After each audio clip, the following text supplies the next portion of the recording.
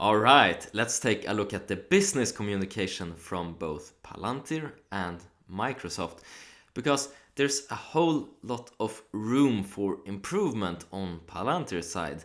I've been commenting on them every quarterly earnings that I think that growth is too slow. And today we will explore just one of the reasons why I believe that growth is sluggish for Palantir.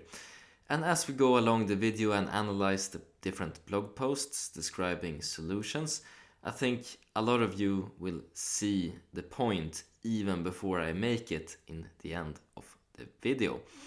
Starting off with Palantir here. They start the article off with talking about how there's no secret that data is the most important resource available to modern institutions. Many have it in spades, structured, unstructured, transactional, geo. Alright, really complicated English word.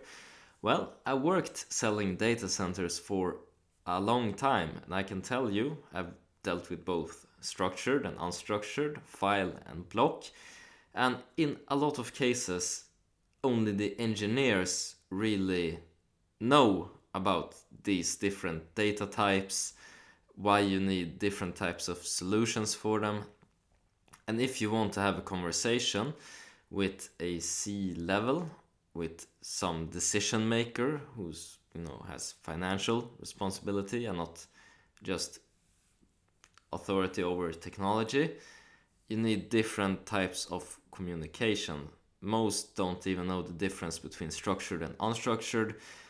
I don't really know a whole lot about the difference. I only know high level talking points. So already here in the beginning, most people are lost in understanding. If we go further here, we go into a product description of Palantir Foundry here, what it does. No, it's like, let's talk about a pen. This pen is blue. This pen is of plastic. No, nobody cares. It's not really a selling point. This is not communication that is generating growth, and the English is really complicated to get through.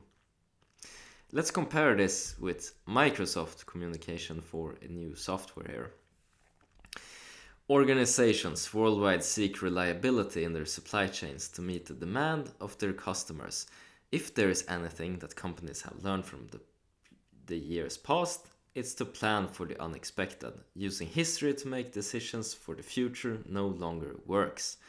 Alright, a lot easier language, just a description of the macroeconomic environment that we've had in the past, something that most of us can agree on.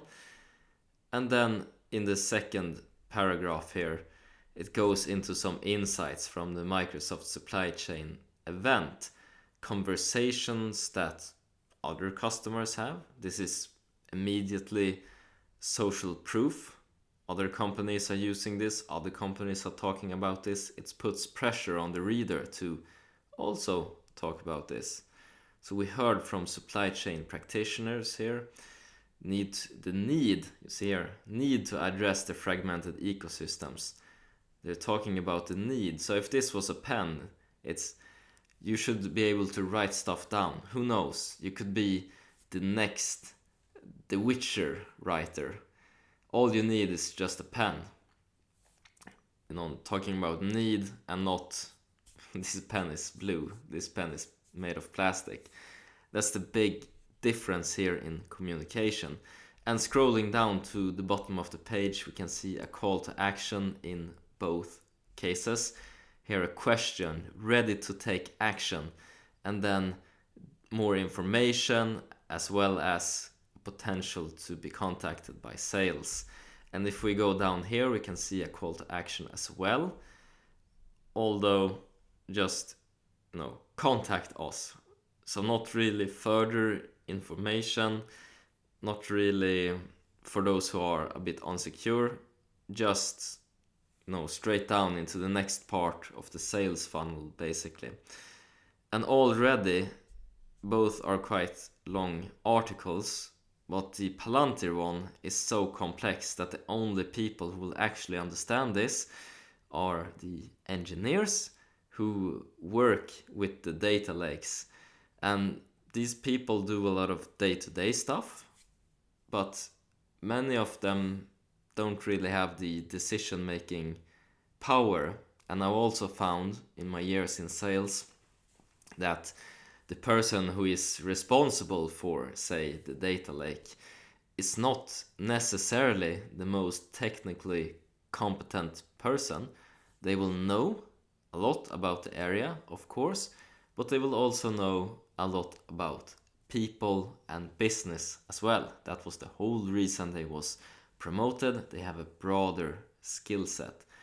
And given the nature of decision makers that they have to think about business as well, the Microsoft blog in this case is focusing a lot more on business need, and this type of communication can enable growth and sales in a much better way than the current blog communication that Palantir uses. It's too niche down, there's too few people that actually understand this, and it can't really be used to influence a direct decision maker. It could be used to build up a champion, one of the engineers maybe, who has social competence, who can pitch this for you. But that's a whole lot of work as well, to build up champion who might not really have that strong decision-making power or influence power. You never know. And this, in my opinion, is one of the things we see slowing down growth for Palantir, and why I think that growth will possibly continue to be sluggish for a while, but we will see.